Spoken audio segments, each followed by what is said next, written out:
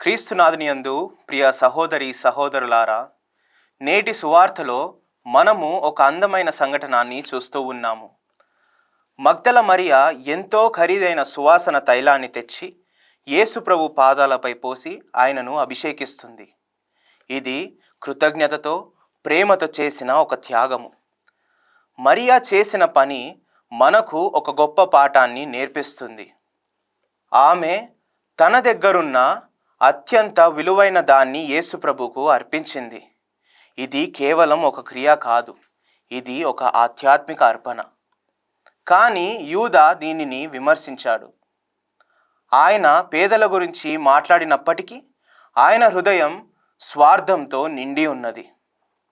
ఇక్కడ మనము గమనించాల్సినది ఏమిటంటే, బయట మంచి మాటలు చెప్పడం కంటే లోపల నిజమైన ప్రేమ ఉండటం ముఖ్యము. యేసు ప్రభు మరియాను సమర్థిస్తూ ఇది ఆయన సమాధి కోసం ముందుగానే చేసిన అర్పణ అని చెబుతారు. అంటే ఈ సంఘటన యేసు ప్రభు బాధాకాలానికి సిద్ధతను సూచిస్తుంది.